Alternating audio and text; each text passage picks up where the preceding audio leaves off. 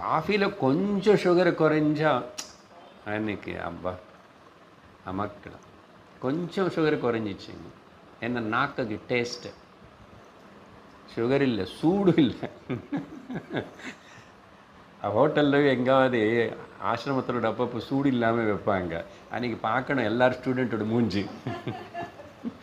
அன்றைக்கி என்னமோ எல்லாம் போயிடுச்சு, வாழ்க்கை போயிடுச்சு ஆகிடுது. என்ன சூடாக இல்லையாம்மா காஃபி?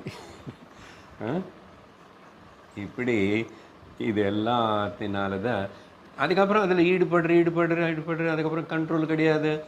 அப்புறம் வாழ்க்கை அப்படி போகிறதுனால நம்மளை இழுத்துடுது. Okay, we are drowning.